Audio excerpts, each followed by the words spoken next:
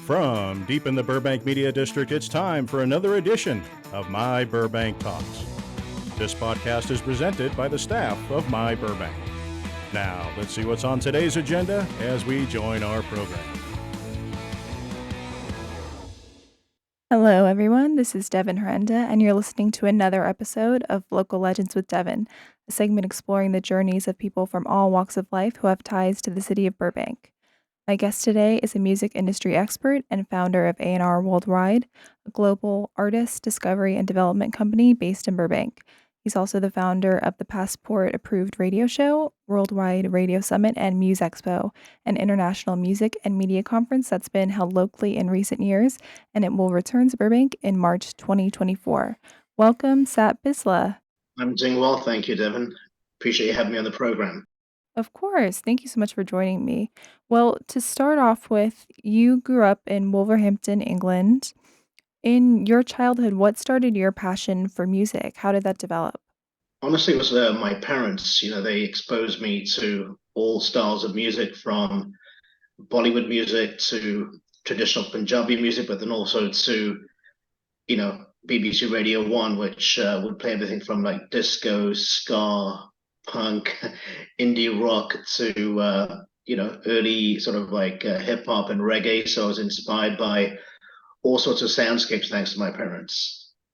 And early on in your career, you started off with radio broadcasting, music programming in Fresno before coming to LA.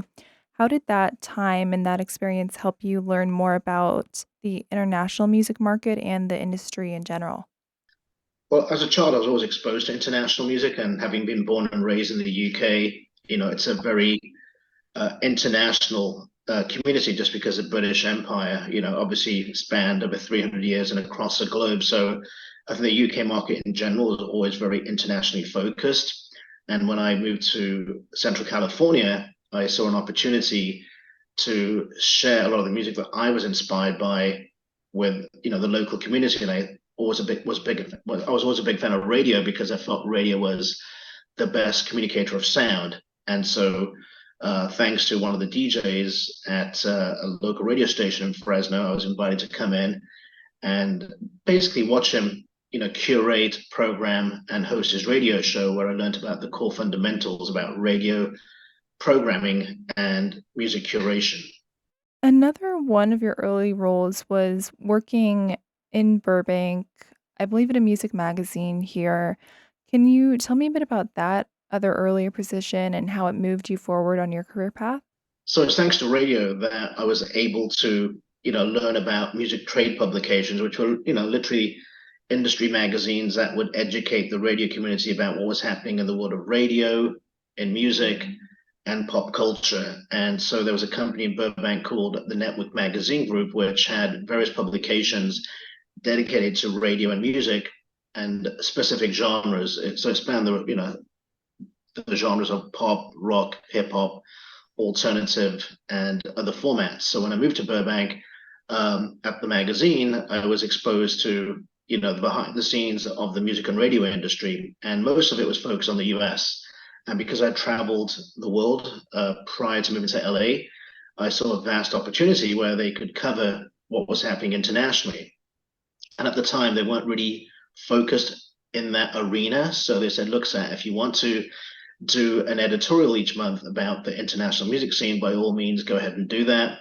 But do it on your time and your dime, and that's what I did. And through that whole experience, I realized, that the record label community and a lot of managers were actually very interested in what was happening around the world. So it really kind of helped me sort of spearhead this new initiative to create a segment in the industry that was exposing people to what was happening around the world, not only with the music business, but also emerging global talent. And as a result of that, I was offered a A&R consulting gig with Interscope Records, where I brought in a lot of artists very early on, most of whom went on to become global household names. And that's really sort of how the whole notion of me being involved with A&R originally started. It was sort of by default, if you will. Right, and I'll lead that right into A&R Worldwide then. So, congratulations because it's in its 25th year. It's a company that really fosters international relationships, develops artists, and helps them on their paths to successful careers. It started with an online A&R platform you began and then eventually evolved into what it is today. But then can you talk to me about those early stages of initiating your own A&R platform? Sure. So as technology was evolving, I saw a need and opportunity to help bring, conversations, ideas, and talents to not just the US industry, but the global industry. And technology allowed for me to create a platform back in 1998, which I, originally named Globally Challenged, which was part, news and information, but also had, links to new artists and what was happening in regards to their sort of career trajectory, and also tipping people off to, what was happening as far as new signings around the world. And that became the first of its kind A&R platform in the world, where a lot of record labels, music publishers, managers, as well as booking agents started subscribing to my platform. And as a result of those early sort of months of what was Globally Challenged, I helped a number of artists sign, significant deals. They were completely unknown, unsigned artists that had no data but had incredible talent, whether it was, songs or performance or a combination of both.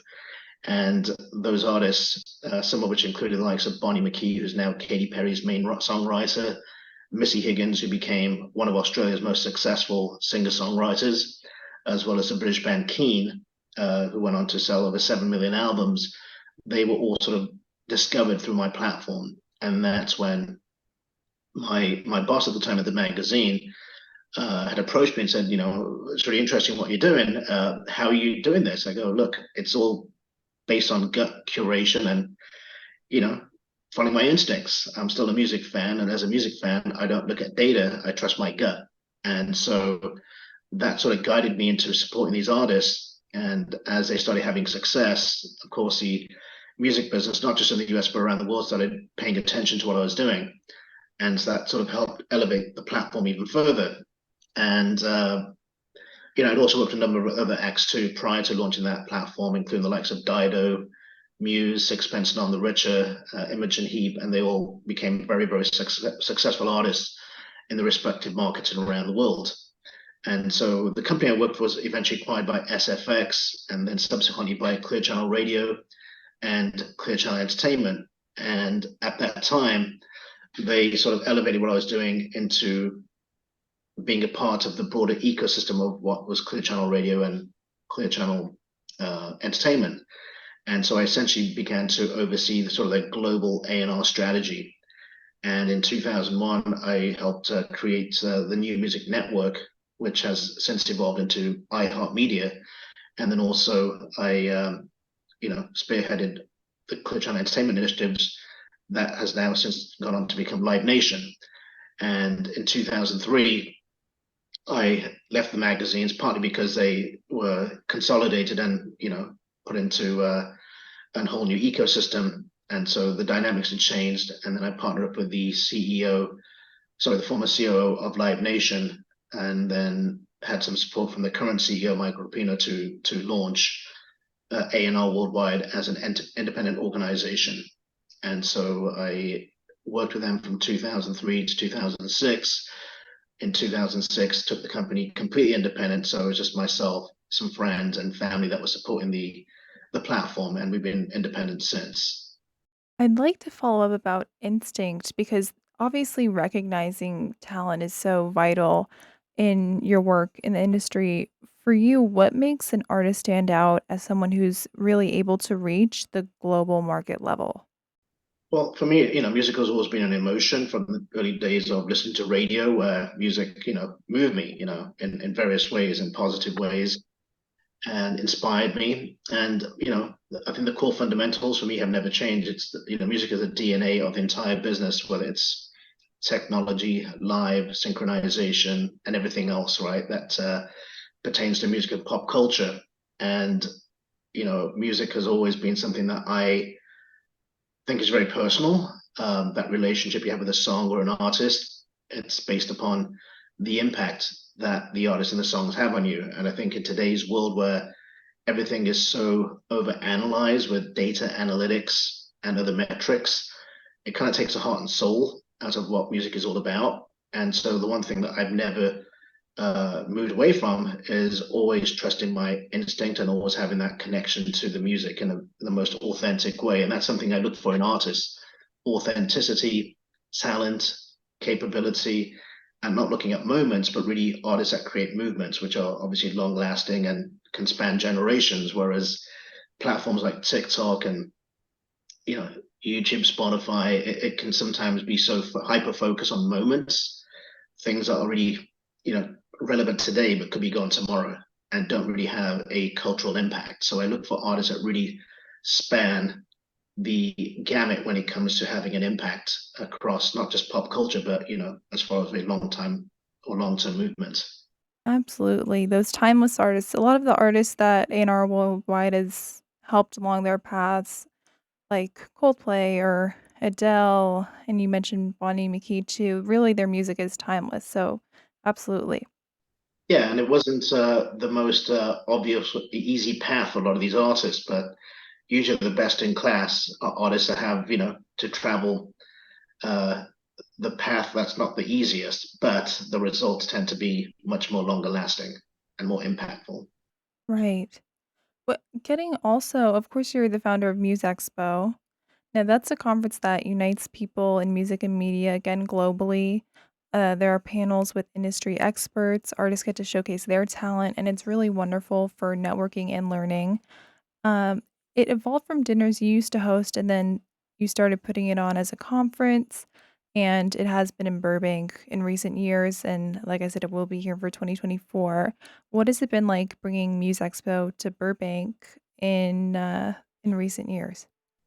So, the event itself, as you mentioned, was founded as a dinner originally between myself and my friend Dave Holmes, who then went on to manage Coldplay for over 20 years of their career. And our whole premise was to bring together people that generally love music, were good people, and didn't know each other. So there was no agenda other than the fact of just bringing good people together. So we started the first dinner around about 1998. It evolved from the two of us into like literally 100 people or so coming to our broader dinners. And what I realized and they realized was that, we were basically bringing together people that didn't know each other, but were creating some amazing relationships, which then elevated into incredible business opportunities. And then people started flying in from all over the world just to attend the dinner.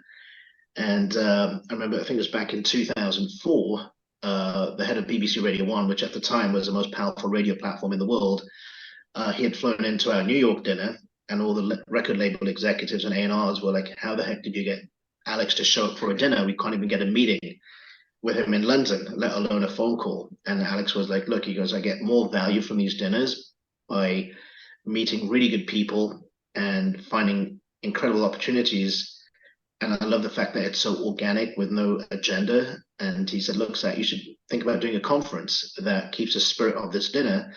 And if you do that, I'll endorse it to the entire British music industry." And that's literally how it happened. So the following year, we launched the very first MUSEXPO, and I had no idea what the heck I was doing, other than the fact that I used my radio skills as far as curation in organizing panels, taking the knowledge I, absorbed over the years as far as A&R, publishing management, booking, and synchronization, and bringing them into the fold as far as, focus panels, and then looking at certain people that were very inspirational in changing music culture around the world and having them do some keynotes. And of course, selecting artists that myself and my team really believed in, that we felt could have an impact on not just the A&R community, but the broader music industry. And that's how the event launched. And the very first year, the event sold out.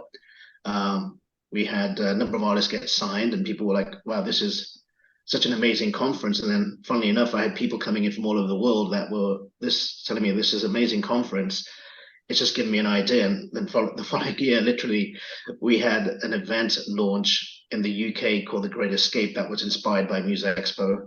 ASCAP, which is a performance right organization in the US, their team were inspired by it. So they launched ASCAP Expo the following year. And then there was an event in Asia called Music Matters that was also inspired by us. So we literally helped 3 or 4 events launch around the world as a result of the first MUSEXPO. So we realized then that, hey, there's something to this, and we're obviously making a positive impact. So we continued with the events. We did the first event in Hollywood at the Bellage Hotel, which is now the Linden West Hollywood. And then we moved the event to Hollywood, back to West Hollywood, back to Hollywood. And then I was approached by Simone McFarland, who came to our last event that we had done in Hollywood, and she said, "Look, have you guys thought about coming to Burbank?" And like, funny enough, my kids were born in Burbank. My first job in LA was in Burbank. I love Burbank. I haven't thought about it because I'm not sure if there's a facility that can host the event of our size. And she goes, "Well, let's have a meeting and let's see what we can do." And subsequently, Simone introduced me to other members of her team, including, Mary Amzonian from Visit Burbank and Robin Falk. And so we had a meeting, and they're like, "Look, there's a few places you should look at here in Burbank that could accommodate an event of your size." And that's, when we were given some options. And funnily enough, my wife was having lunch at Castaway, and she said, "Hey, have you thought about Castaway?" I'm like, "I've never even heard of Castaway." She goes, "It's a great place on top of the hill, has conference space that's really big, and they're going through a remodel. Maybe we should come back and look at it once it's redone." And that's what we did, and realized it was the perfect place to host MUSEXPO. And obviously having the city, really encourage us and support us, and especially like Visit Burbank, was a no-brainer. We're like, okay, we've got, a lot of people here that want us here, that want to support us and encourage us to, not just do MUSEXPO, but continue doing things pertaining to music and pop culture in the city. So let's do that. And that's how the whole sort of relationship initially started back in 2019. Then, of course, we got hit by the pandemic, which threw a wrench in our plans. But we weathered through that. It wasn't easy, but we weathered through that. And then, we launched the event in 2022, initially after the pandemic, and the city was supportive, and so was Visit Burbank.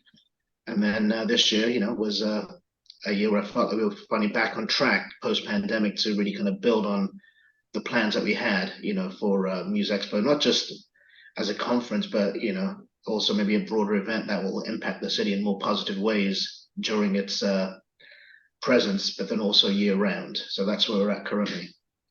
Yes. Well, it's definitely had a positive impact. This year was so well attended, and the panels were informative, the guests were great, and everyone really did have a great time.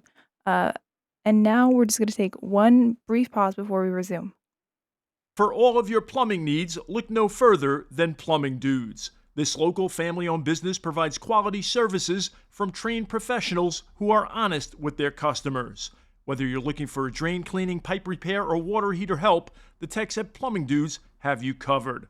They'll walk you through the process, making sure you know exactly how they'll fix the issue, step by step. With Plumbing Dudes, prices are affordable and the service is superior. Give them a call today at 818-805-4013 to learn more and schedule an appointment or get a free estimate. Well, Sat, with all of the roles you've held in the music business for over 30 years, I'd love to conclude with asking you, what are some of your personal favorite memories from your time in the music industry? Honestly, there's so many, but I think the things that are very consistent across everything I've ever done, it's, remaining passionate, remaining relevant. And I love the music business because you're constantly learning, about not just new artists, but about new ideas, creativity, opportunity, inspiration. It's a very entrepreneurial business. So you're constantly forced to think outside the box. And also, just the fact that I get to travel the world, meet a lot of interesting people that are way smarter than me. So, being inspired by those that are more knowledgeable and can teach me things is always very important, no matter who they are, whether it's somebody that's just entering the business or somebody that's a seasoned veteran. I just love being inspired by people and, reading their life story, through their own book. Each person has a book of life. And I feel that we can all learn so much.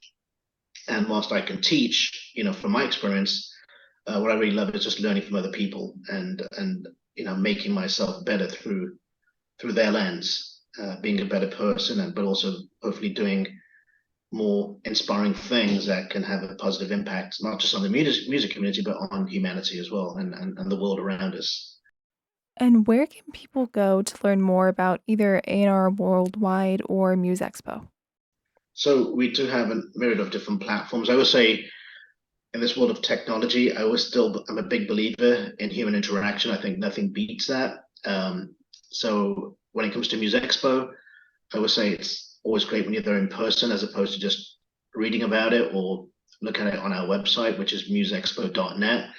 With A&R Worldwide, we have our website too, which is anrworldwide.com, and we're currently kind of going through our transformation with our socials. But I still am a big believer in human relationships. I think nothing beats that. An email or a social media interaction, a tweet or a like might get you a response, but a relationship gets you through the door. And so I always encourage my team and those around me, build real, true, meaningful relationships with people, because that's a huge difference between technology and just, again, getting to know the person and learning about them and their abilities, and again, just building that real, honest connection.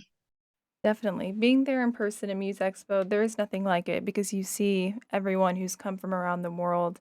Everybody should really go learn more or attend coming up in March 2024. I appreciate it so much. Thank you for talking with me and telling me more. And I can't wait for the next MUSEXPO. We look forward to you joining us, and thank you so much for your time as well. It's a pleasure to be here. Thank you. I appreciate it. Thank you. My Burbank Talks would like to thank all of my Burbank's advertisers for their continued support. Burbank Water and Power, Cusimano Real Estate Group, Providence St. Joseph Medical Center, Burbank Chamber of Commerce, UME Credit Union, Tequila's Cantina and Grill, UCLA Health, Gain Credit Union, Community Chevrolet, Media City Credit Union, Eric Garcia of Farmers Insurance, Providence High School, UPS Store on 3rd Street, and Hill Street Cafe.